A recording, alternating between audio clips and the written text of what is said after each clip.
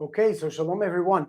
We are today continuing our study on Mashiach and redemption. We are trying to understand deeply the verse in the prophet Isaiah in chapter 52, verse 13, where it states, Yaskil Yarom Venisa Vegava Ma'od. Here my servant will be very intellectual, uplifted, exalted, and very high.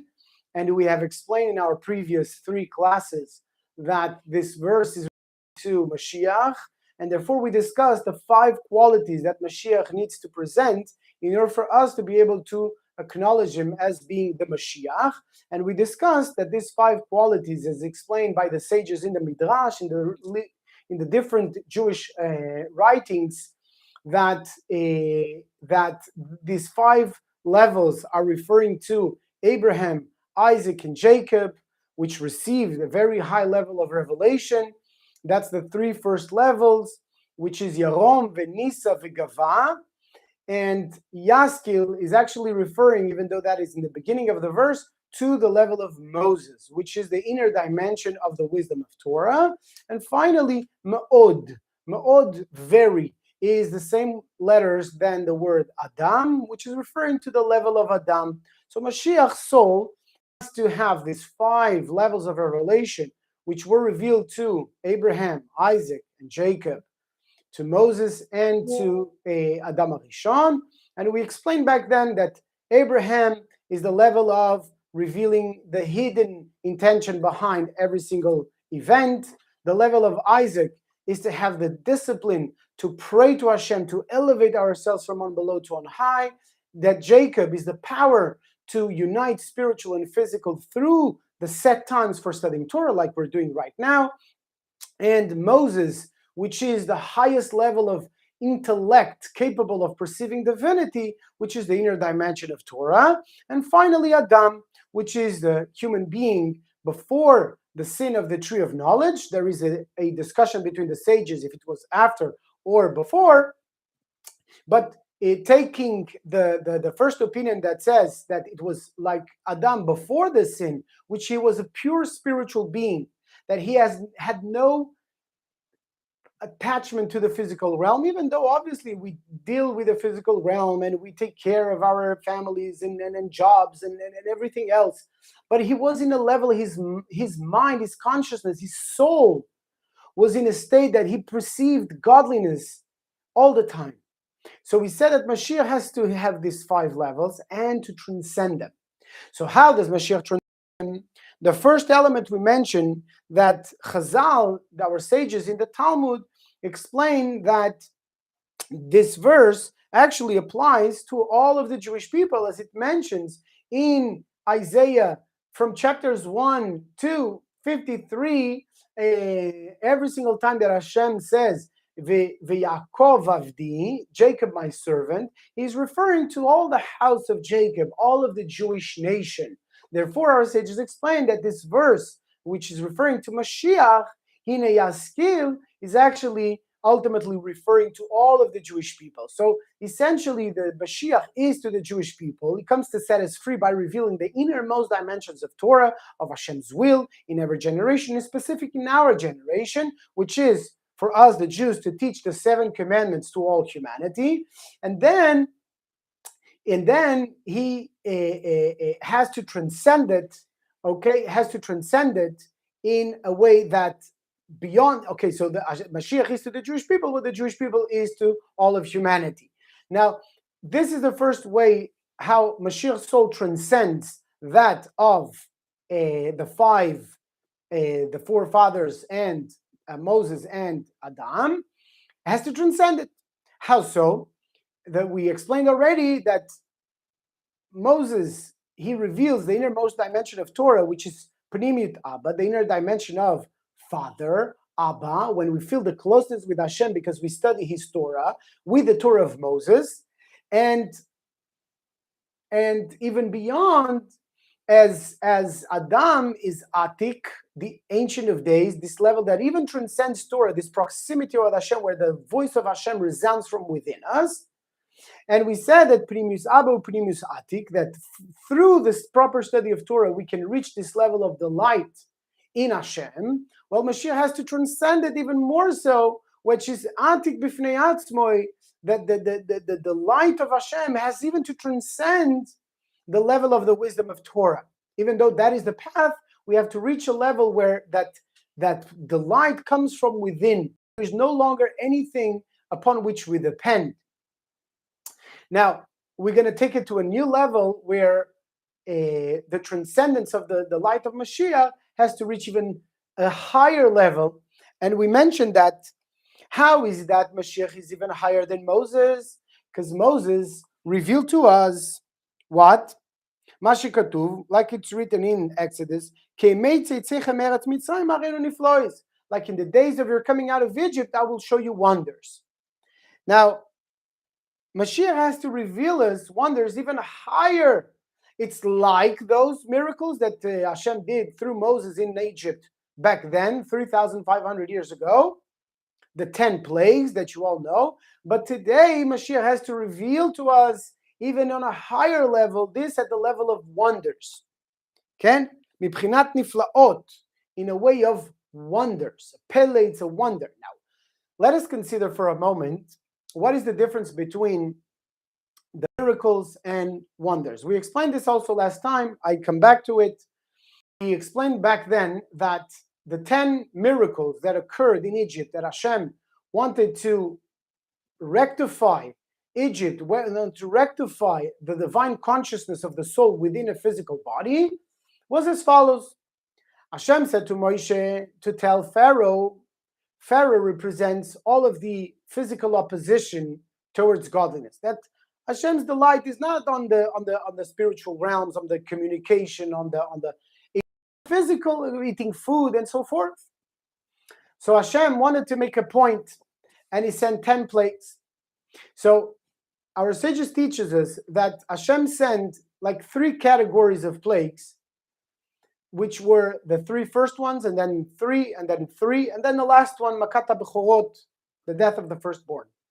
Now the 3 first makot with transforming the water of the Nile into blood, and bringing the frogs and the lice, and then the wild animals, and so in the barad, the hail, the fire hail, and so forth, were to rectify the parameters of the human soul.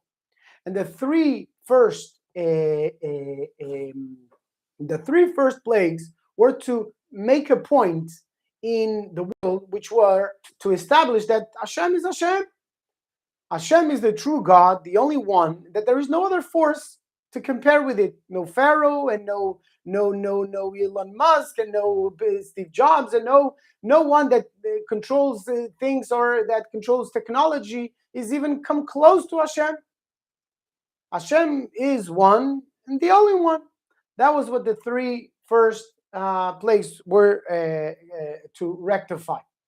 The second pair of plagues were in order for Hashem to establish in the human consciousness that Hashem is engaged in the world. He directs through divine providence.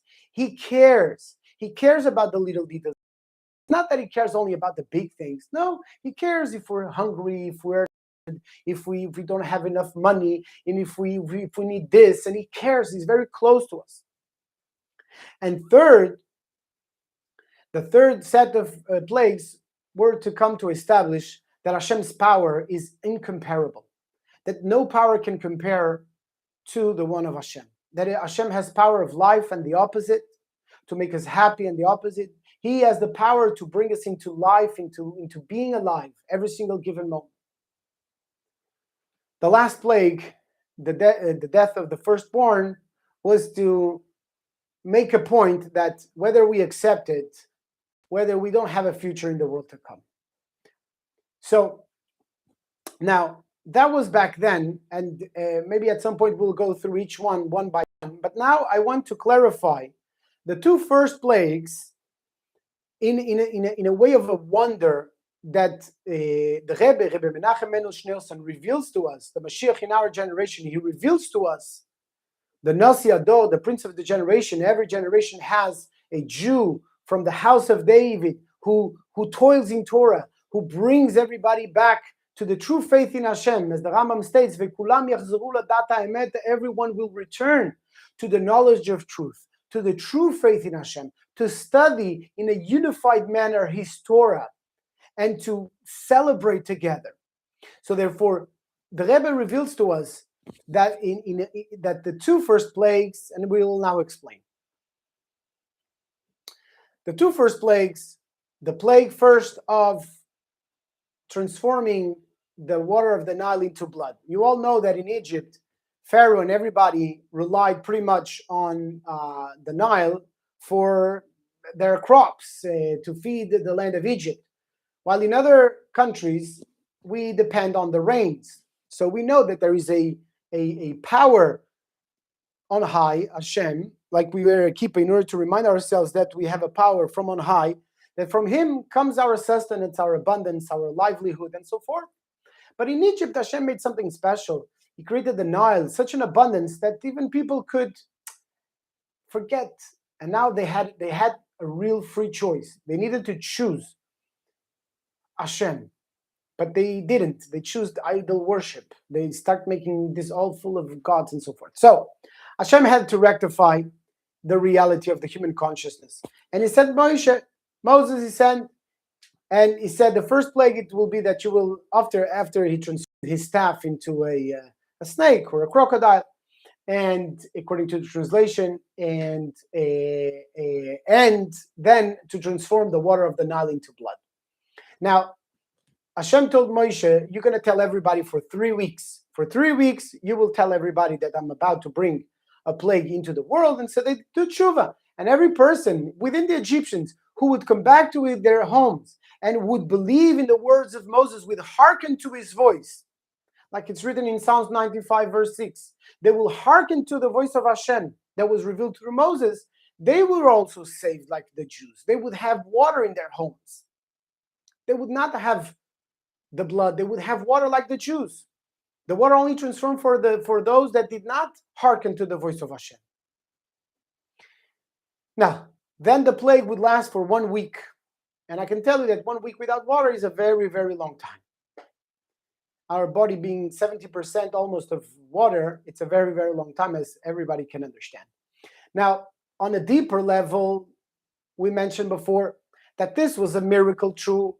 A miracle is a temporary suspension of the laws of nature, and for 7 days, the water of the Nile was transformed into blood.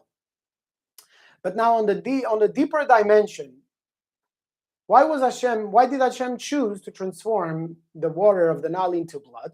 He could have done any other thing, like He did for the rest 9 plagues. Why did He decide to start with this one? So the Rebbe explains to us that transforming the water of the Nile, which is cold, into blood, which is warm, it was in order to rectify the fact that people were cold towards divine service. They were cold towards Hashem. They were cold towards the Jewish people and their teaching of what it is, the will of Hashem. They were cold. They said, who is your God? Pharaoh said, I don't know your God. I have a list of different gods, the God of the sun, and the God of the moon, and the God of the Nile, and the God of a good digestion, and the God of this, and the God of the other.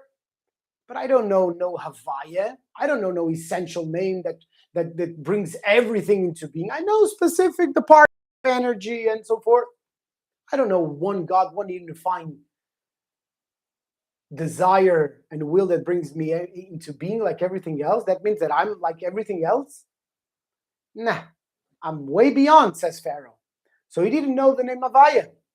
So Hashem was giving him a lesson. But truly, he wanted to teach and rectify everybody's consciousness in order to understand truth. Transforming the water of the Nile into blood. Blood is warm. So therefore, Hashem wanted to transform coldness, the coldness of the water, the coldness of our service of Hashem, our spirituality, into warmth, to becoming involved, engaged, enthusiastic about it, excited about it going every day to study the Torah properly in our app, noachidacademy.org, or to go and look online for different classes, but you need to choose for yourself a path and forge for yourself a path, and that you can do with the Jew. The Hashem, the Jew, and the Torah are totally one. You cannot truly get redemption without the Jew and the Torah. They are one inseparable entity.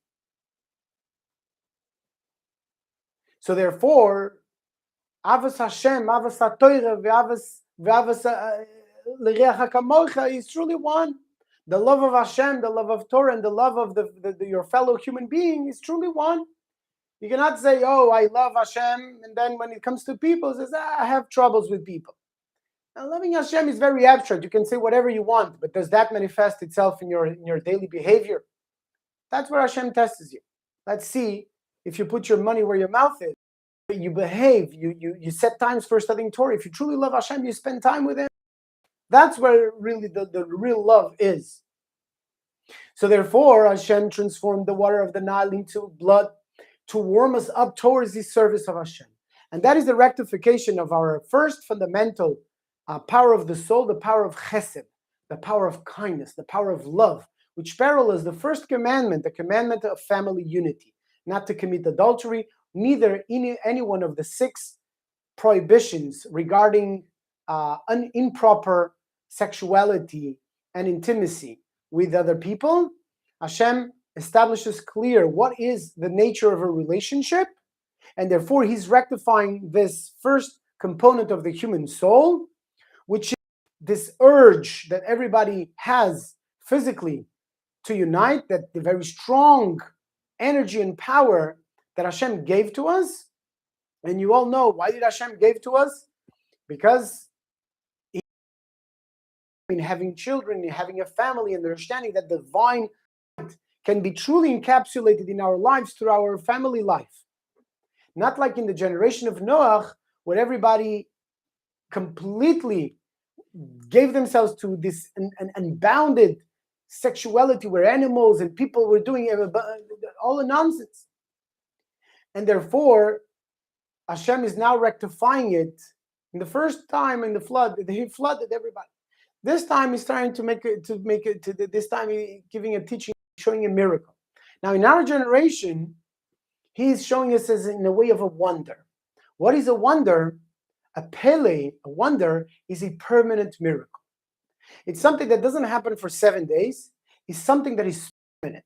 And only when it becomes embedded with our consciousness, within our behavior, within our way of speech, then it becomes permanent.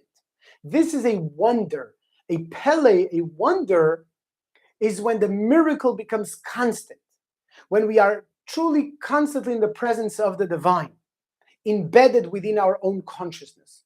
We do not refrain from adulterous relationships because God commanded us. We refrain from it because that is the nature of who we respect our spouse, we respect our family, we respect our children, we respect ourselves, because that is the nature of our divine soul. We do it because that's who we are. And therefore, Hashem rectifies here the first attribute, the attribute of kindness. The attribute of kindness is connected to the element of water, which is the source of all pleasures. And therefore, when we are called towards the service of Hashem, and that's why He brings the second plague. The second plague is when Hashem brought the frogs into the ovens of the Egyptians. So what was this all about? What's the point with the frogs? Frogs are there. The frogs didn't did bad to anybody. Frogs are there in the Nile. And Hashem brings all of the frogs, tell everybody that now the frogs are going to come out of the Nile and then they're going to go and invade all of Egypt. And they went into the ovens of the Egyptians that they were burning in order to cool them down and to shut them down. Moshe would tell everybody for 3 weeks that they should hearken to the voice of Hashem. And if they would not be affected by the plague. Those that didn't got themselves invaded by the frogs, not only in the ovens, but in their bodies. They would enter into their bodies and so forth. It was a mess.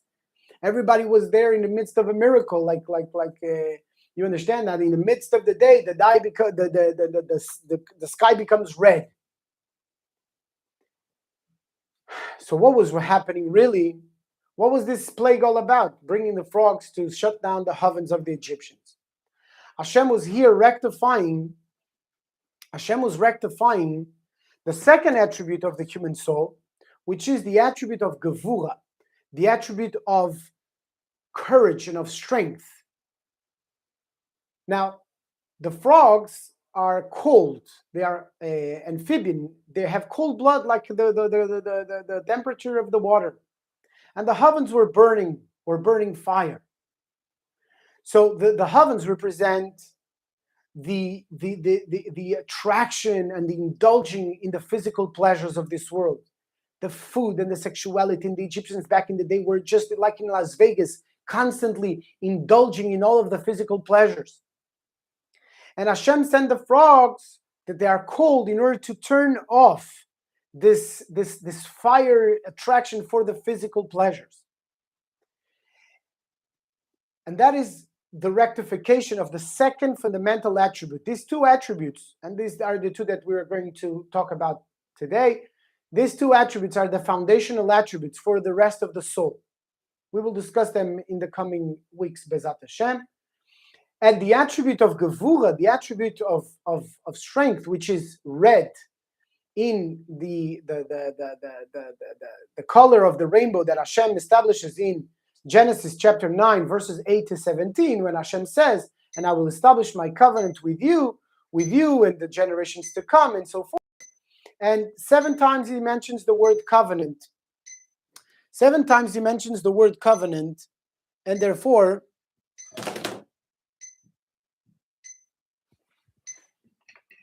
7 times he mentions the word covenant, and therefore, I'm sorry for this little interruption. There's a lot of technology going back and forth around here. So, so therefore, the attribute of gevura, of courage, of strength, is red, as in the rainbow. As I mentioned, Hashem mentions the covenant 7 times, and that is alluding to the very deep strength that Hashem establishes the covenant with all humanity. And he mentioned clearly that that is the sign in the rainbow, a covenant that will be set between me and you and the generations to come. You can see more on the Soul Gates on our app to discover what is your unique verse and your unique soul color. So you can discover more about yourself and get more clarity, as you can be one of the 7 souls, or the 7 colors: blue, red, yellow, purple, orange, green, or indigo, dark blue or deep blue. And this attribute of courage that Hashem was trying to rectify with the frogs, is alluding actually to the commandment of respecting life and to refrain from killing. So therefore, this attribute, which is the attraction that a person has towards violence and aggressivity and even murder, was rectified at its foundation by this plague. And this is the level of a wonder to understand in our mind, in our intellect, truly where this is coming from. When Hashem rectifies this in our soul, He's giving us a new channel of opportunity, a new way of expressing that energy. If a person is colorless, if a person gets angry very easily, a person cannot change his character. Hashem created him in a certain way. He will not be able to change his character. What does he do? He has to direct his energy to the proper channels of expression. So therefore, if a person is very much all the time angry, everything makes him angry very easily, and the person is violent and aggressive, he has to direct that energy in a new manner. The first stage is, if a person gets angry, first stage, the Chafetz Chaim teaches us that one should avoid speaking in a moment of anger. Why so? Because the words are like gasoline on a fire. The words will give expression to that anger, and that anger many times over. So first strategy is to not to speak. Second strategy is to change the room. Go to somewhere else. Change your immediate surrounding context. Go somewhere else. Go take a deep breath. Go outside. Take a deep breath. If a person still has this attraction towards the flash, the violence, the aggressivity, a person should dedicate himself to do very, very complex studies. For example, being a surgeon. I too, during my medical studies, did the stage in surgery, and we did surgery in people's livers, in people's brains, in people's legs, and so forth and so forth. But I was never very much attracted to spend my day in surgery room, as it's very, very technical. But a person that suffers from anger all the time should be very, very strict on himself to have a very, very demanding profession, whether it's in surgery, whether it's in being a lawyer, whether it's in being an engineer. He should focus his energy on very complex subjects in order to express all of that energy. So we have now understood how Hashem rectifies these two first components of the human soul by sending the plagues, and now in a way of wonders, by transforming the water, which is cold, into blood, to warm our desire to serve Hashem, to pray, to study, to do acts of goodness and kindness. And then he rectifies our fundamental component of gevura, of strength, of courage, of discipline, of schedule, by sending the frogs into the heavens, by telling us, channel your energy into things that you can be of service for humanity and your closed ones. So this is it for today, my dear friends. The second path of how the soul of Mashiach has to transcend even the soul of Adam Rishon, how we can understand in a way of wonders those miracles that we saw back then in Egypt. Bezat Hashem, for our next class, we will understand further. Into this revelation of Mashiach from the verse in Isaiah 52:13. So stay tuned for our next class. I'm Rabbi Moses from the Nochide Academy, and you can find this class and much, much more at app.nochideacademy.org. I'll see you very soon. Shavua Tov. May you have a blessed and fulfilled week filled with goodness, and for sure, do an act of goodness and kindness today. Share this class with a family or a friend, and Bezat Hashem, we will greet Hashem together as one.